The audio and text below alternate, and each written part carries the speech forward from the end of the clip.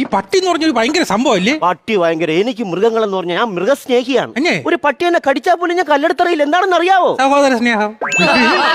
പിന്നെ ഇത് പണ്ടത്തേതാ രാജാവിന്റെ വീടാന്ന് തോന്നുന്നു. ആരും എന്റെ അടുത്ത് പറഞ്ഞത്? ആണ്ടാ മതിൽ എഴുതി വെച്ചേക്കുന്ന രാജാവില്ലെന്ന്. എടാ രാജാവില്ല. വില്ല എന്ന് പറഞ്ഞ വീടാണ്.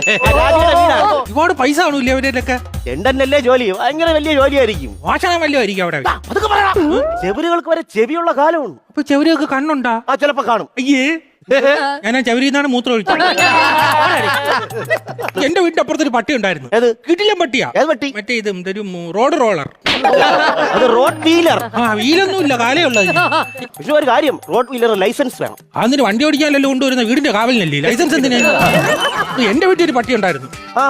കിടിലൻ പട്ടി. 50,000 രൂപ മേടിച്ചാണ്. ഭയങ്കര അനുസരണയാണ്. നമ്മൾ എന്ത് പറഞ്ഞാലും കേൾക്കും. രാവിലെ പോയി പാല് മേടിച്ചോണ്ട് വരും, പത്രം എടുത്തോണ്ട് വരും, മീൻ മേടിച്ചോണ്ട് വരും. ഇത് നമ്മൾ ടി വി കണ്ടോണ്ടിരിക്കുമ്പോ റിമോട്ട് എടുത്ത് ചാനലൊക്കെ മാറ്റി തരും. മിടുക്കം പട്ടി. അപ്പൊ കള്ളന്മാരൊന്നും പേടിക്കേണ്ട ആവശ്യമില്ല. ഇല്ല, ഇന്നലെ വീട്ടിൽ കള്ളം കയറി. ആ പട്ടി കടിച്ചില്ലാതാക്കി കാണും. പിന്നെ അലമാരയുടെ ചാവിയൊക്കെ അവനാണ് എടുത്തോണ്ട് അപ്പൂപ്പന് വയ്യപ്പം. അപ്പൂപ്പന് മറ്റേ ഇത് എന്താ അസുഖം? പ്രേം റിയാസിൽ പ്രശ്നം. നമ്മളെ ശരീരത്തിനകത്തുള്ള പ്രേം റിയാസ്. പാൻക്രിയാസ്. ഈ പട്ടി